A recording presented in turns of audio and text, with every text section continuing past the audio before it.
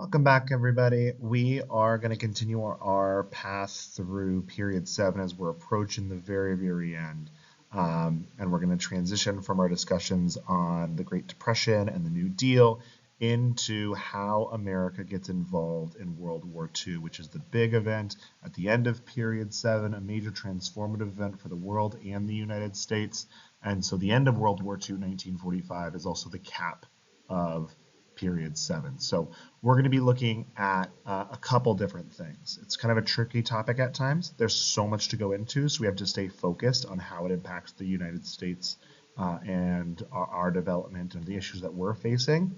Knowing a lot of extra stuff about World War II is never problematic. It can be used for contextualization and understanding how pieces fit together on a global scale, but make sure you always bring everything back home to the United States because it's an AP United States history course. So we'll look at some comparisons between World War I and World War II. We'll also look at really the big change, which is going to be our analysis of our main question of the day.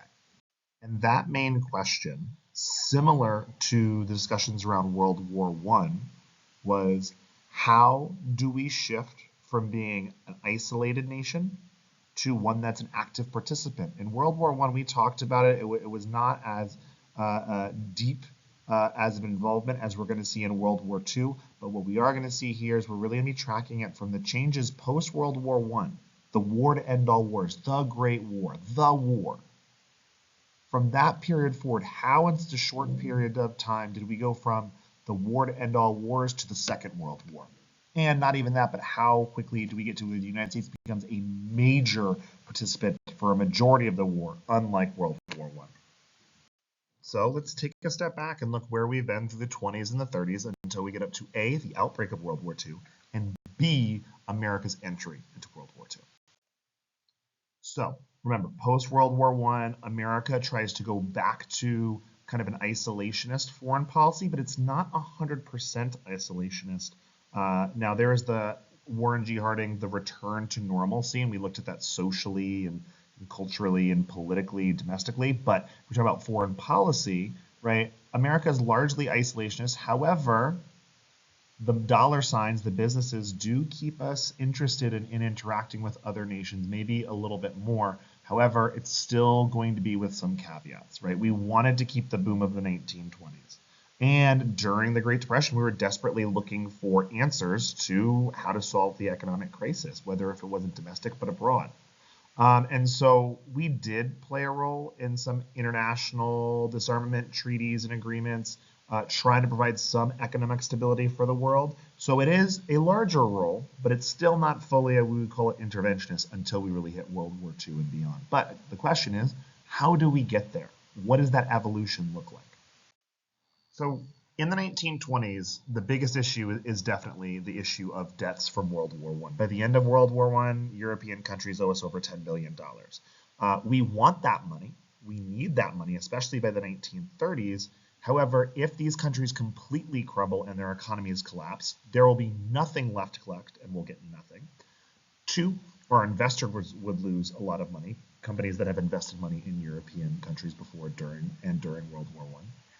And on top of that, if we try to forcefully reclaim these debts and the debts keep piling up, there's going to be a lot of anti-American sentiment starting to brew over in Europe. So it's this very delicate balance of how do we, A, maximize the amount of return that we're going to get, but B, also provide a little bit of economic stability and not bear these anti-American sentiments that would, in theory, brew. So we have the U.S. Foreign Debt Commission that cancels a large portion of some of these debts, right, to lessen the total, and so give kind of a little bit of give, but still that some of the money must be repaid. So we try to appear for a little bit of flexibility, but the other thing you have to keep in mind when you're looking at the aftermath of World War I, Germany is slapped with this unrealistic, obnoxiously large and weighty debt from the war that they have to pay $33 billion in reparations. And so if Germany goes under and they don't get the money back to France and England, then France and England won't have the money to pay us back. So the United States does have a vested interest in trying to get these war debts repaid. And so America negotiates this plan called the Dawes Plan, which is supposed to help eventually get the money back to the United States and create a gradual plan of helping these European countries pay their debts back to each other and us. So hopefully it'll be lucrative in the end. And so if you look at this graph in particular, we can look at some of the data, right? All the blue bars you're going to see is the amount of money and loans that the U.S. gave to European countries during the war, and the green is going to be how much was given after the war to certain countries for relief, rebuilding, reconstruction. Now, do not just take this as face value dollars. This is how many millions of dollars. Great Britain owes the United States $4,277 million, $4.2 billion, if you want to convert it that way, right? So there is a lot of money specifically against or owed by Great Britain and France and Italy. You'll notice that Germany in the middle, right, is not in debt to the United States, but Germany is a key player in this war or in this post-war world where Germany is set to have to pay back these other countries, including France, primarily, but also the British, amongst many others. And they were also carved up at the end of World War I. You'll notice there's this weird kind of beige area right here where Poland cuts in to give Poland a port. That Germany is split up. Also on the border between Germany and France, France took over land, these major coal mines that were of great economic value that France took over that Germany no longer has, which makes it more and more difficult to pay off their debts. So the German government took a strategy to try to print more currency to try to solve their debts, but they did it to such an extreme level it caused something known as hyperinflation. Inflation is when the value of the dollar decreases and you need more of that dollar to buy goods. Hyperinflation is that on steroids. So you look at this chart over in the upper left-hand corner. In 1914, the year World War I breaks out, $1 US was equivalent to 4.2 German marks, the currency in Germany. In 1919, when the peace treaty is signed, 14 German marks to $1 US. 2 years after the peace treaty, 1921, 76 German marks to $1 US. And then by August 1923, we're in the millions of German marks to US dollars. And then by November of 1923, we are in the trillions of German marks to $1 US, 4.2 trillion to $1 US, meaning you need all of that to purchase the equivalent of what $1 US would be worth. And you see this picture of this woman here on the right during the wintertime trying to stay warm. It is cheaper and more cost effective to burn piles of this currency because it is so useless than to try to go out and buy something like firewood. You have stories of people going to markets to buy bread. 4.6 million is required for that loaf of bread. That people come with wheelbarrows full of money to try to purchase goods. There's a story of a man who goes to a market to buy a loaf of bread. He puts the wheelbarrow down to go grab the loaf of bread. Thieves come by, they dump out all the money, and they steal the wheelbarrow because the money is so useless. You see money being given in bricks like blocks for kids for building because it's cheaper to do that than it is to buy toys for them. You are going to see people use it as insulation for wallpaper. So an economic crisis is going to ensue in Germany, which is going to make it impossible for them to continuously pay off their debts, sink slower and faster and faster into this deep, deep depression. Compound that with the Great Depression that sparks off, right, that starts affecting things around the world, and it collapses the one economic plan that is sort of propping back an ounce or a portion of this repayment, which is known as the Dawes Plan. So from 1924 to 1930, there is this sort of pseudo exchange. The United States is loaning money to Germany to be able to reinvest in their infrastructure, to build more things, to make more money, and to pay off their debts. Germany is taking most of that money to pay off the Allied powers, and the Allied powers are able to do the same thing, and thus able to get more money to turn back to the United States. And so this triangle kind of forms, propping everyone up. But, right, when one of these equations, one of these corners in this triangle of this equation falls out, especially the one who is supplying a lot of these funds, the entire thing comes crashing down. And notice the years. This Dawes plan and Young plan, this plan, this economic plan, known as the Dawes plan, ends in 1930. Think about very quickly what is happening around 1929, 1930. Hopefully you came up with the Great Depression. And why is America going to stop loaning money? Because we don't have enough money to deal with our own citizens to begin with.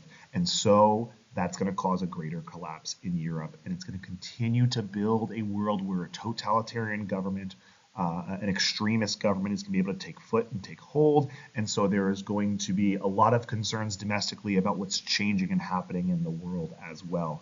But the Great Depression is going to largely take that focus. And so as this world is changing, eventually World War II is going to pop up, right? And America's not going to join one right away, but there's going to be an event that's eventually going to pull us into this conflict. So as I just said, the Great Depression really made this post-World War I recovery in Europe really difficult. In addition, once the Great Depression happens, we want Americans to buy goods from American merchants so that Americans are producing things in factories and jobs continue to stay and money continues to circulate in our own country rather than European countries. So a tariff is put in place, the Hawley-Smoot tariff, which ultimately backfires. What it does is it puts a tariff on European goods coming into the country to that would maybe undercut American goods. So the idea is people will buy American goods, kind of like Henry Clay's protective tariff in the early 1800s of the American system. But this largely backfires because what happens is European countries retaliate. And so, yes, maybe people are buying some American goods, but now Americans are unable to sell their goods in Europe. So people start losing money on the whole, or the country starts losing money on the whole. Both on our side of the Atlantic and on the other side. And so America is no longer able to provide loans. Germany is unable to pay reparations. Europe is unable to repay their war debts. And so this entire agreement collapses. And as the Great Depression worsens, right, conditions will worsen in the United States and in Europe. It's going to continuously push for calls of extreme action. That's going to lead to the rise of totalitarianism and dictatorships we're going to see in World War II. In addition to this, we have to start talking about these movements towards international peace. The United States is kind of involved, but remember, America never joins the League of Nations at the end of World War I. We did try to curb militarism. That's one of the major causes, the main causes of World War I. And so an example of this is the Washington Disarmament Conference that is held in 1921, where we get a bunch of world leaders together to agree to disarm, decrease their military production and naval production and expansion, encourage free trade, security for all people.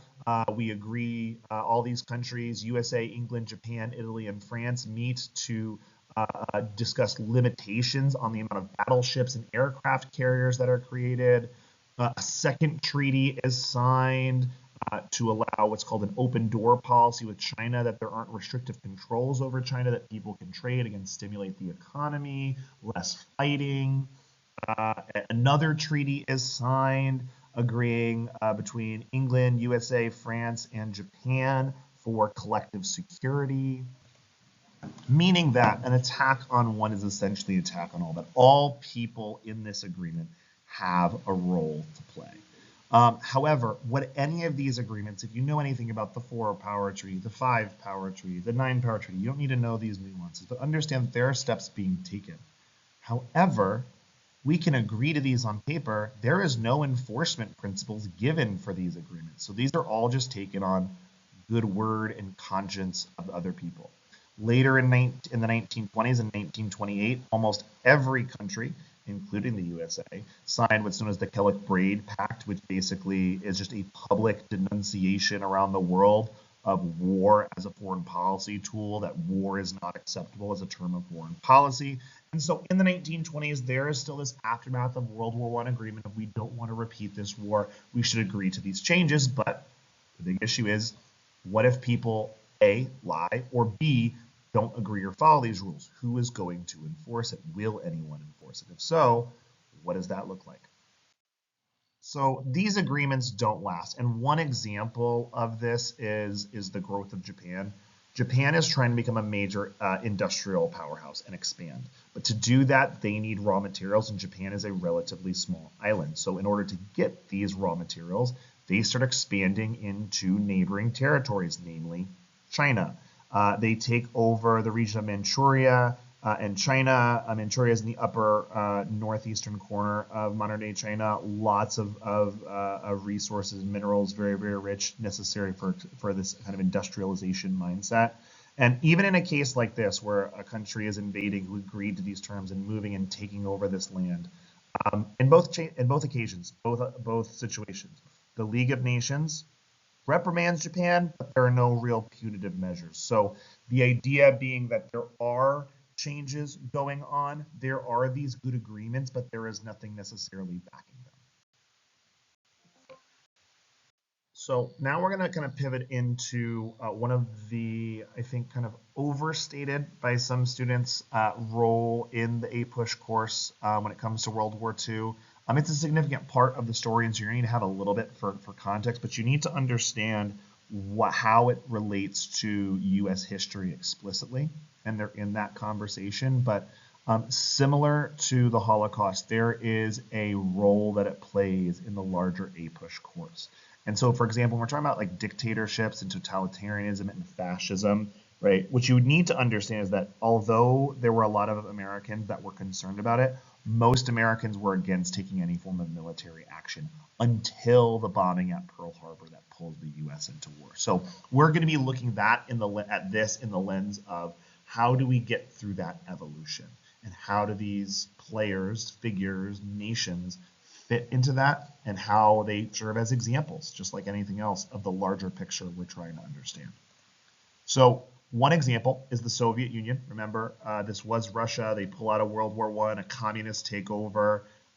Lenin takes over, the Bolsheviks, the Reds take over. Eventually he's going to die, and a new leader, a young figure who eventually rises in the country, takes over. Joseph Stalin is going to be a massive figure in our country and in world history for the next couple decades, from the 1920s through the 1950s when he eventually dies. But unlike the other dictatorships, totalitarian countries, Stalin is going to stay out of World War II. The Soviet Union is going to stay out of World War II until he is provoked and attacked. The others, that's not the case. And so we're going to see where those three lie versus what happens to the Soviet Union during World War II. In Japan, you have the rise of Hideki Toho, who is this giant military leader, and the Emperor Hirohito. Japan is really going to be expanding in Eastern Asia, as we already mentioned. They are going to expand into modern-day Korea, into Manchuria, into controls of China and surrounding areas, building up their industrial might and building up their kind of industrial power. And there are going to be run-ins with the United States. In December of 1937, a Japanese aircraft bombed a U.S. gunboat that was stationed near the Yangtze River, near Nanjing, which is part of China, or in China. 3 Americans were killed. But again, even though there's outrage, similar thing about like the sinking of the Lusitania, where Americans were killed and hurt, but it's not enough to pull the U.S. into war. So there are lots of sanctions put in place on paper, or threats of sanctions, I should say. And as you can see by this cartoon, there isn't any enforcement of it. And so in this case, Japan literally shoots right through it in this cartoon. And then here's the ship that was bombed, the USS Panay. So we see few Americans that called for war after this, but we're going to see larger steps taken towards the future. In Italy, we see the rise of a different dictator, a fascist leader, Benito Mussolini.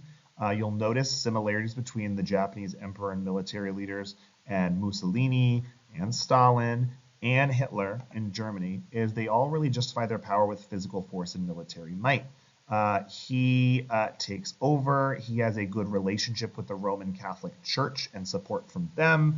They overthrow and remove the king of Italy, and kind of this unifying power under Mussolini.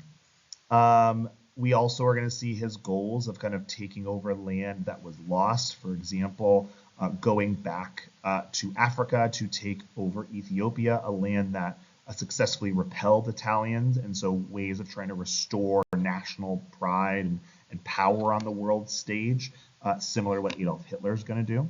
Speaking of Hitler, we're going to see him again in military garb that is going to take over in Germany. The unique thing about Hitler specifically, right, is you're going to see the rise of these powers, but the reason sometimes they're not necessarily challenged is they do come up through largely legal means. Hitler was appointed to and won elections early on in his political career. Eventually, it's going to be this extremism where he's able to take full control, but he is going to push through some political means and political pressure on the world stage to acquire more land and give Germany a lot of its power back. Most of Europe is going to go through a policy of appeasement, particularly led by the Prime Minister of Great Britain at the time. So the rest of Europe is largely going to appease some of Hitler's demands that he wants to increase territorial control. You got to think about what that largely means. If you appease someone, you kind of give them something to pacify them, maybe think about to kind of shut them up. I always think about it in the context of that old children's book, If You Give a Moose a Muffin. If you give a moose a muffin, he's going to ask for a glass of milk. And if you give him a glass of milk, he's going to want to come in. If you continuously appease and you never set down a border, the question is how far will they continue to go? Now, this appeasement at the time is labeled by the British Prime Minister as we have achieved peace in our time.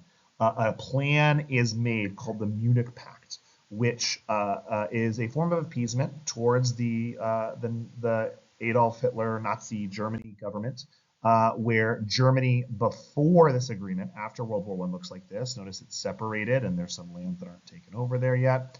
Afterwards, this dark green, the Sudetenland, and this land in Austria, where Hitler is actually born in and from, right, is going to be added back under the claim that these are native Germans, and these people want to be part of Germany, and they were forcefully stripped away after World War I. These people need to be reunited with their home country. So land is going to be kind of taken over and gone from there, but eventually a border is going to be put up that is going to spark the war when Germany invades Poland in 1939. But we see expansionist tendencies in all three of these groups, right? Japan is expanding into land in Asia. Italy is taking over land back in Africa.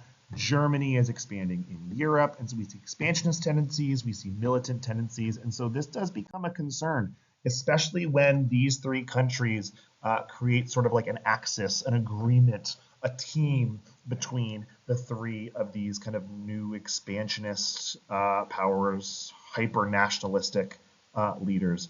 And so Americans, again, will have concern, but it's not, the concerns are not enough to lead them to military action until the bombing at Pearl Harbor.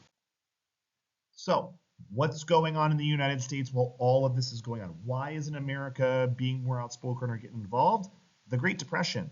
Because we are so focused on the Great Depression, we are largely isolated insulated from foreign policy issues. We're trying to handle our domestic things. Similarly, think back to period 5. We are not really concerned with what's going on with other countries during the Civil War. We are focused in and of and on ourselves. And so we isolate ourselves from those issues. We don't get involved in those issues.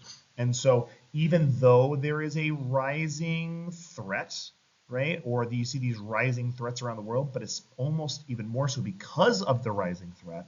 Americans desire more and more to not even be involved in the war. We can't afford it. We don't want to deal with it. We got to solve our own issues anyways. And more the sentiment going all the way back to like the Monroe Doctrine and the Washingtonian ideas of isolationism and neutrality. Not our continent, not our problem. That policy is reiterated through the attitudes of citizens, the actions of most citizens as well. You see a lot of Americans wanting to avoid any other what they would call a meaningless war. Pacifism is very popular across college campuses. Students are staging walkouts and anti-war rallies. You are going to see books at the time, America's Road to War, that blames Woodrow Wilson and British propaganda for duping the United States into World War I. that it was so stupid that we would ever conceive getting involved in it. So there is scholarly push to avoid war. There is activism on college campuses and public action to avoid this war, as well as some larger organizational protests you'll see too. This group right here is called the Veterans of Future Wars. This idea of like college students that if there is going to be a war, they're the ones that are actually going to be serving and drafted and forced to miss out on most of their lives, not the older communities that are actually making the decisions that are the elected officials, because there's a huge gap between those. You'll see large walkouts and rallies and a big push for this. And then during the Great Depression, there's going to be the bonus army calling for their pay once the Great Depression starts to hit its peak, and again further calls for the lack of intervention in war. You see literature really pushing the futility of war and disillusionment with war. F. Scott Fitzgerald is a great example of an American author that pushes this, as well as Ernest Hemingway. You can see books like All Quiet on the Western Front, which is incredibly popular at the time. Fantastic book if you've never read it, which really just shows the brutality of war and the idea of it leading to like the vilification of the enemy, and that both sides suffer and that the people don't win. In addition to this, we start seeing legislation that is pushed forward, and you see certain senators, like one senator, Gerald Nye, who really blames war, who he claims munition merchants are merchants of death, that wars are really being perpetrated by these big factories and businesses that are just trying to make money off of the production, especially weapon production. And so this report where this information, these claims come from, the Nye Committee, led by Senator Nye, leads just to more popular support about avoiding future wars, about learning from the mistakes that they claim led the United States to enter into World War I, and eventually legislation is passed off of the back of it. And again, do you need to know all these laws? No, but if you know one of them or the general sentiment of them, they're a good, useful tool. So there's a Neutrality Act passed in 1935 that bans sales to nations at war and became a warning to not sail on belligerent ships, like what happened with the Lusitania, where American citizens were killed. So banning the sale, right? So no economic entanglement. 1936 banned loans to any country at war, so not just selling and sales that way, but loans, like a further economic investment, can't be made. And in 1937, the Neutrality Act of 1937 made 35 and 36 permanent and required that all trade to be done on a cash and carry basis, meaning there are no loans, there's no IOUs. If you want to sell something to another country, it must be done in full, and they got to pick it up. We are not sending our soldiers and our ships overseas, because then we're going to protect them with military ships, and that's going to be a loophole to cause and get us involved into war. For example, if Britain wants something, they got to come to our continent, pick it up, and pay for it in full. So we are seeing legislation, civilian push, right, literature, or all different things that are really building the sentiment on top of what's going to hit with the Great Depression in the 30s that is really trying to anchor the United States in a non-intervention and arguably even further isolationist, for some people, point of foreign policy. So with all of that built up and the isolationist sentiment built up, eventually we know the United States is going to break from this, and the United States is going to intervene in World War II and join for a significant portion and be a significant player in this war, but it's not going to happen initially. Eventually, all of these sentiments and legislation, pieces of support and public support is going to change. And it's only going to change after the bombing of Pearl Harbor in Hawaii by the Japanese Empire. And so the question is, how do we get up to that point? It's not going to be a cold turkey going from this to this. There's going to be a gradual change in policy and action, but that's going to be the final nail in the coffin that puts things over the edge. So we'll see, how do we actually get there from neutrality to war? As the possibility of war starts becoming undeniable and Europe starts getting itself closer and closer to the onset of a war, FDR had already been very in favor of intervention. And so he takes the ideas of Wilson of like preparedness, and he definitely agrees with that and tries to start building that up. But again, even though FDR is super, super successful in his first term, he faces that pushback against the New Deal. He's also going to face pushback here. He is not in the majority in that point of view of encouraging preparedness or encouraging this idea of intervention. He is unsuccessful by 1937 to convince other world leaders to essentially quarantine, isolate, economically sanction more aggressive nations. He was, however, able to get Congress to expand the U.S. Navy and spend $1 billion. And so in the future, when the United States eventually does join World War II, we have already spent over $1 billion in years leading up trying to build up and beef up and advance our Navy. So that's going to be one reason we're going to be particularly effective and helpful when the war breaks out. But everything changes in 1939. In 1939, Nazi Germany and the Soviet Union agree to a non-aggression pact. And Germany, in that same year, then goes and invades Poland. And the war starts off. And so from September 1939 forward, the war is raging. And so the policy debate is no longer hypothetical about future wars. There is a war going on. And so it's definitely going to hit the American legislatures. It's going to hit the American streets and newspapers. And the global conversation is going to be sparked off of, will the United States ultimately be part of this war, especially as the war starts tilting towards Germany's favor early on. This is the famous cartoon, one of the most famous cartoons about the pact between Nazi Germany and the Soviet Union. Communists, Soviet Union, and Nazis, Germany, do not like each other. They are politically opposites, the far left and the far right of a political spectrum. They are not the same thing, although some people today try to use them interchangeably. They are not at all.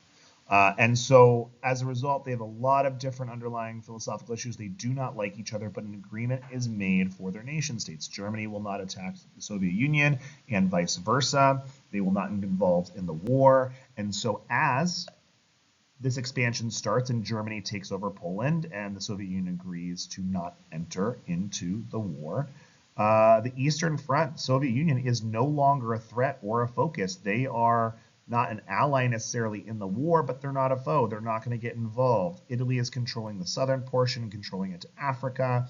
Germany is then going to quickly be able to invade France. And so very quickly, most of Europe is going to be taken over. So much so that by this map, this is 1943. Right? July and August 1943. And you're going to see this ticker continuously move. You're going to see changes in the map here. The blue is going to be any land that is actively controlled by Germany and their allies. And the red is that controlled by the allied powers that the United States joined. So this is later in the war. We know where this is going. We know the Germans are going to be defeated, and they're going to be defeated in 1945. But America does not join in a map that looks like what's on the screen. So we're going to let it flash back to the beginning here shortly. And when it does get to this point, right, we're on the winning side. But in 1939, the green, the Soviet Union, is allies with the blue, which is Germany. And Germany is able to take over and divide. And look at the state. 1939, America's not in this war. 1940, America is not in this war. Look at the advantage that the Germans and the Nazis and the Italians, the fascists have. They have control of Africa, most of Europe. This is the point. America is still not in this war. How dire things look. The United Kingdom is the only one standing. America is not going to join this war until after the Japanese attack Pearl Harbor in December 1941. And in July, the middle of the summer of 1941, is when the Germans are going to invade the Soviet Union.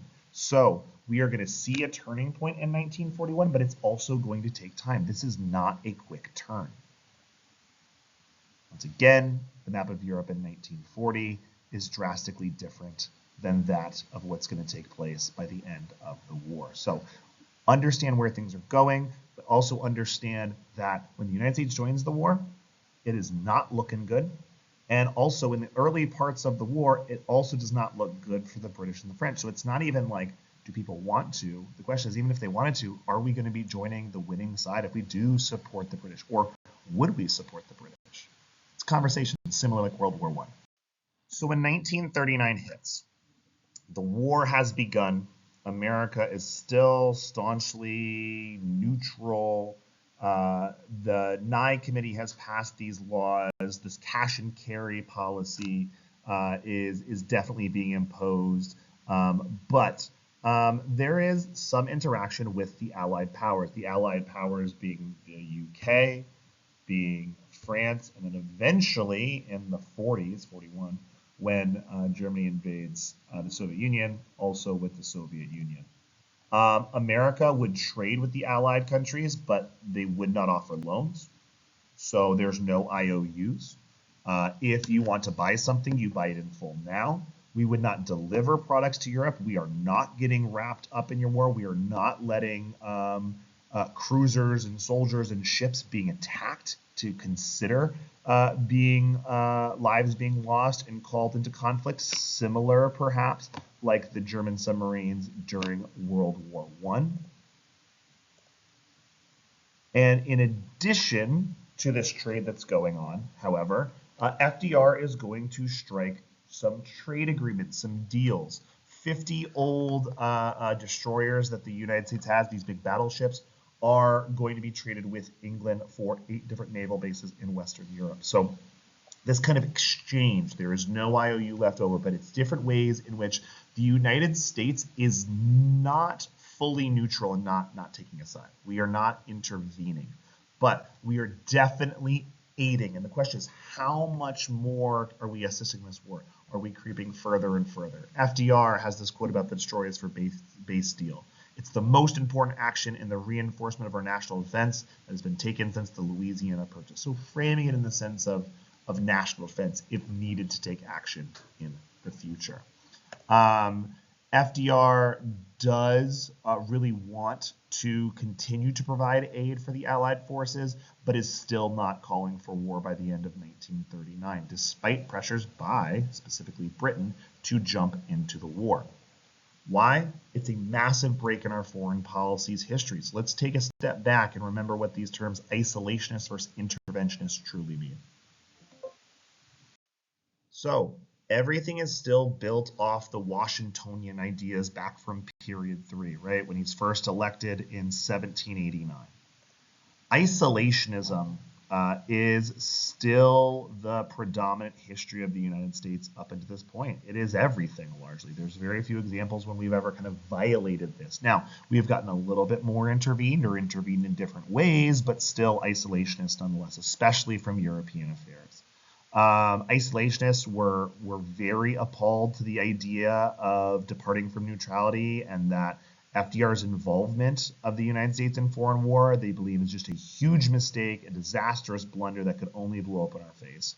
But they are going to organize in the same ways that interventionists are going to organize, like the Committee to Defend America by aiding the Allies. Not a very clever and cutesy name. It's very long-winded. But this idea that some people are saying FDR isn't doing enough, similar to like critics over the Social Security Act during the New Deal, that there are critics that some are saying that he is not doing enough and some that he is saying he's doing way too much.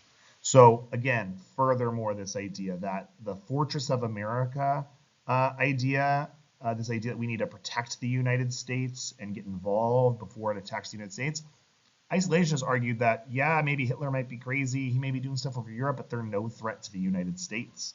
Meanwhile, the interventionists argued that the events in Europe will impact United States security, whether it be economically and then eventually politically. So we are going to see this language from both of these sides being very, very overt about their point of views. This is a blaring argument that is seen in the press and all over. For example, in the St. Louis Dispatch, a newspaper, an isolationist headline says, "Dictator Roosevelt commits act of war by aiding the Allied forces." Meanwhile, the interventionists, this is from the CDAAA, it's a mouthful, chair, which is that committee, the Committee to Defend America by Aiding the Allies, said the future of Western civilization is decided upon the battlefield of Europe. So two very different views, and similar to the imperialist and anti-imperialist debate, or you go back to period 4 and 5 and you talk about the pro-slavery, anti-slavery debate, there's a lot of nuance here, but understand that this debate is continuously unfolding in various forms in U.S. society. By 1940, right, January 1940, World War II has been going for a few months. September 1st, 1939, Hitler invades Poland. The United States has been aiding the Allied forces. The United States has been conducting deals. We have beefed up our military, but we've had a lot of combat with some very specific isolationist policies in the United States, like the Nye Committee in the lead up to World War II. But by 1940, we've got a couple things going on. One, it's an election year. So the American sentiment in the election is largely going to dictate some of the policy that is going to start to take place. Two, interventionists have begun to gain a majority of the public sentiment. When you start looking at who is being voted for, policies that are being accepted, and then also just general interest polls. In 1940, Congress appropriated over $10 billion for preparation for war, preparedness. FDR called for the very first peacetime draft. We had drafts during wartime, but America is not at war. Drafting and preparing an army for the onset of a war. And in 1940, FDR, who again is bigger on interventionism, overwhelmingly wins a third term. Americans show that they are willing to break with precedent, and they do so by a massive margin. 84.5% of the electoral votes. North, South, East, and West, Roosevelt is winning.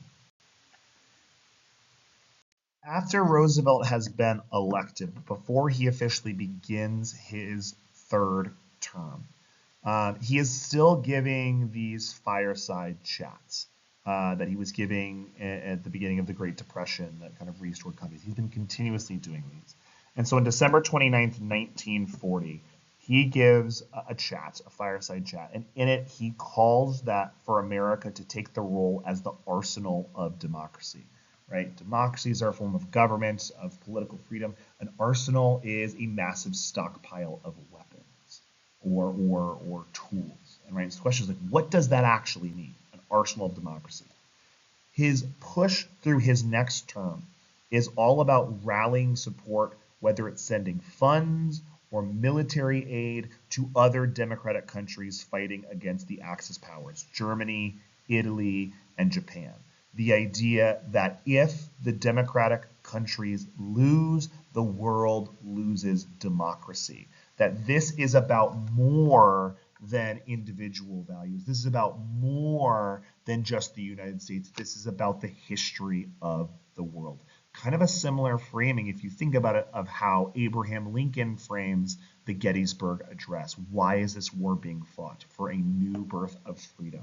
If it dies here, it dies for the world. So again, trying to put more stakes on this and how Americans can contribute. And this is even before the attack on American soil and way before a declaration of war at the very, very end of 1941. So we've still got a year more to go before that happens.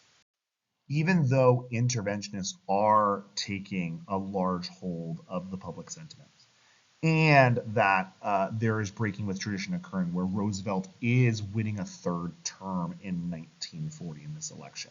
It is not clear that it would be a good idea for the United States to even join this war, even if people thought it was a good idea, right, that they wanted to join. It wasn't clear that it would be good for us to join on the side of England. By 1940, England is the only active opposition to Hitler. All other countries in Europe, right, we're thinking about are either allied with, taken over by, or in a non-aggression pact, in the case of the Soviet Union, with Nazi Germany. And England is running out of money. They are getting bombed heavily. They're running out of supplies. They're running out of people. They're in dire need of assistance. But remember, the U.S. cash and carry program is in effect. They have to pay for things up front. They have to come get them delivered. And so it makes it very hard for them to get these necessary supplies, and they don't have the money to buy things outright from the United States. So FDR is really calling for a change in policy when he starts pushing for what's called as the Lend-Lease Act.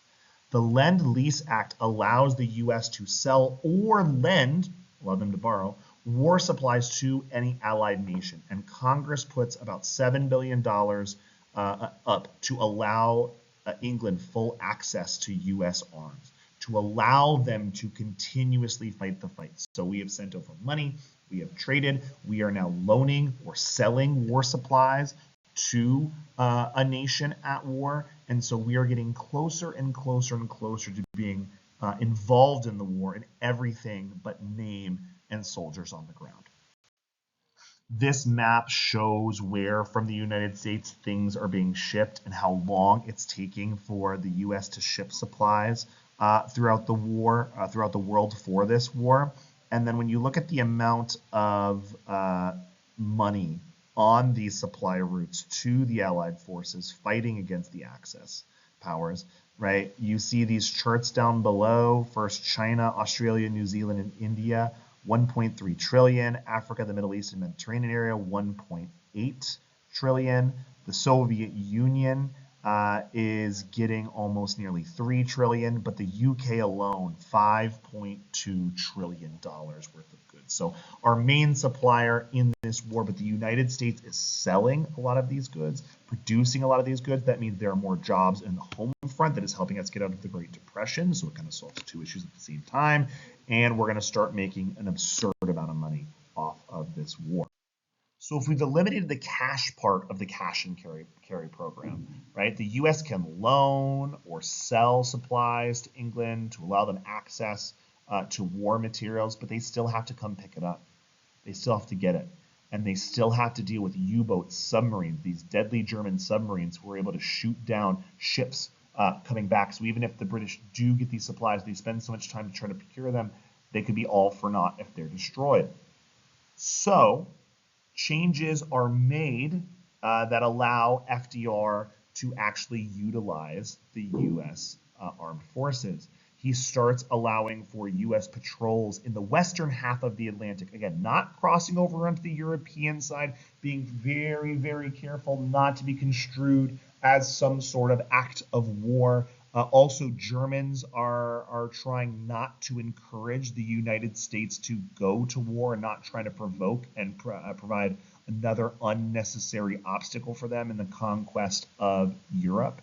And so it's going to allow kind of halfway protection, but German attacks on U.S. ships in 1941 led to more and more conflicts, not an official war, but there is naval combat happening between the United States and Germany before we officially even declare war out on the open seas. So it's this very delicate dance, but we are moving closer and closer and closer and closer to war.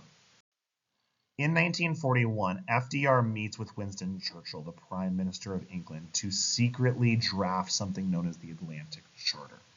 The Atlantic Charter was a discussion about military strategy and military plans. Hypothetically, if the USA was to enter the war, this is what they would possibly do. And if this war ended and they won, what would be the goals afterward, which would be about disarming the world and establishing free trade. So we have these goals of anticipations. If the United States was to go to war, we are delivering goods. We are fighting with German ships in the open seas. We are loaning military supplies and trading destroyers for military bases. And in 1941, Germany breaks the Nazi-Soviet pact and invades Russia, invades the Soviet Union. But remember, we still have not joined World War II by this point. So all of these things mounted where we are even making military plans, we are all but in name involved in World War II.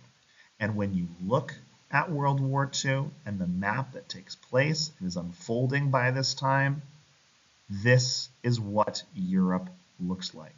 The blue is land controlled by the Nazis and their allies. The red is the resistance force, and this is after the Germans violate the Nazi-Soviet pact and start invading the Soviet Union from multiple ends. This is the same year that the United States can be brought into war, but this still does not do it, despite making military plans, increasing our U.S. patrol boats and getting into naval spats. And because of all the funds and things we've been giving and trading, we still have yet to join World War II. So the question is, what puts us over the edge to do that? So all of those other things aren't bringing the U.S. into war, and nor is this heavy involvement in this battling on the open seas. It's bringing a lot of criticism at home. So much so that when polls are taken in 1941, 80% of Americans that voted in these polls suggested or supported the idea that remaining neutral was their preference in World War II. They don't want to get involved. 80% of Americans in these polls wanted to remain neutral. It would take for a decisive move by the Axis or decisive mistake by the Axis powers for FDR to be able to intervene like he truly wanted to. And that's going to come when the Japanese attack Hawaii at Pearl Harbor on December 7th, 1941. Well, we've talked about a lot of this fight going on in Europe and some of it in Africa we've hinted at. We haven't really talked about Japan in Asia much. And so Japan really takes advantage of all of the chaos that is happening in Europe and the fighting and the emphasis there, and then the fight with the Soviet Union when they get pulled in, to use that time period to expand and take over land in Asia. They attack coastal China. They attack French and Dutch colonies, they're known as the East Indies, right? Like Indonesia and Vietnam and the surrounding island nations around them. In 1940, they also sign the Tripartite Pact with Germany and Italy, which now becomes an alliance system, so that if one is attacked, that the others will come to their defense, right? It's an alliance system. And so now the US, if they join the war, they would have to be ready to fight not just in Europe, but also in Asia. So not just getting involved in a war in Europe, getting involved in two sides of the globe. So FDR starts retaliating against Japan with sanctions, stripping away fuel, iron, and oil sales and oil productions being sent to Japan, who was trying to fuel their industrial nation. So that's going to put a little pressure on the tensions or on the relationship between them. When you look at the larger picture, you're going to see this massive expansion from mainland Japan as well. That's going to lead us to a conflict in Hawaii. So when you look at the start of mainland Japan and you branch out from there, look at all the variety of different island nations that are taken over throughout Southeastern Asian and the Pacific Oceania area. Also notice where Hawaii is. Hawaii is kind of, for the United States, it's almost equidistant relatively between California and China. So it is, remember, a territory that is taken over after the Dole Corporation overthrows Queen Liliuokalani. Right? This is kind of in the context of the Gilded Age in which we've looked at, and imperialism. But there are also other benefits to Hawaii. If the United States had territory, which they did, for example, in the Philippines, Hawaii was a nice kind of middle-ish territory where the U.S. could set up military bases, and all of their new naval ships that they had spent money on at the end of the 1930s trying to revamp to station there. So the United States, although not directly attacking Japan, there's economic sanctions going on, has a large amount of their naval forces stationed at Pearl Harbor in Hawaii in the event that something goes off, and kind of in the sentiment of Teddy Roosevelt's big stick diplomacy of having things ready to go to try to flex a little bit of that muscle if need be. And these areas that Japan are taking over are also going to be super valuable to their war effort, that are rich in a lot of different materials, again, fueling that industrialism and fueling that military might. What happens in the Pacific becomes the reason why the United States really gets involved in World War II. It is the catalyst. And then because of the pact that Japan has with Germany and Italy, That is what is going to pull us into war in Europe at the same time. During the 1940s, the USA and Japan were not able to resolve their differences. The main issue largely resolved around China. The US wanted the Japanese removed from China. Remember, there's been this big push for a while to kind of have an open door with China to increase trade. Japan really wants to end the sanctions that the United States is putting forth on them, and they want a free hand at China to control Chinese resources, land, and the people. And so because they can't come to an agreement, the United States starts freezing all Japanese assets in the United States. They start banning oil sales to Japan to try to hurt their war machine, hurt their expansions, and hurt their industrialization. And Hideki Toho, who is the leader of the military in Japan, sent an envoy, a group, to negotiate for a resolution with the United States. But as this distraction is happening, he also secretly orders an attack on the U.S. naval base in Pearl Harbor in Hawaii. So there is a lot of this sneaky deception going on, where, again, a meeting is set up to try to lull the United States into a false sense of some agreement is taking place while a secret attack is planned and then executed. So on December 7th, 1941, basically the entire U.S. Navy fleet in the Pacific was completely crippled by this attack. 8 battleships were sunk, over 2,000 Americans were killed, 2,400 were killed at this U.S. military base, this attack that we were not expecting. And you see headlines like this: the Japanese bombing of Honolulu, over 350 dead, U.S. warships set afire. This was on December 7th. In the Providence Sunday Journal. However, when we start looking at the effects come later, the numbers only continuously climb. And there's fears, oh my God, are there attacks on other U.S. territories as well? Literally the very next day, December 8th, 1941, Congress declares war on Japan. 3 days later, Italy and Germany, in retaliation, declare war on the United States. And so now the United States is fully flung into a two-front war, one in Europe and one in the Pacific. And American public opinion by this point is now fully behind the war effort to defeat fascism in Europe and to seek revenge against Japan. And that revenge is going to be a key piece in what defines the use of the atomic bomb and how we handle the war differently in Asia than we do in Europe. So from here on out, we're going back into another world war. We're going to see a look at World War II over there on the battlefield, and we're going to look at World War II on the home front. Until next time, people, keep fighting the good fight. We're almost there.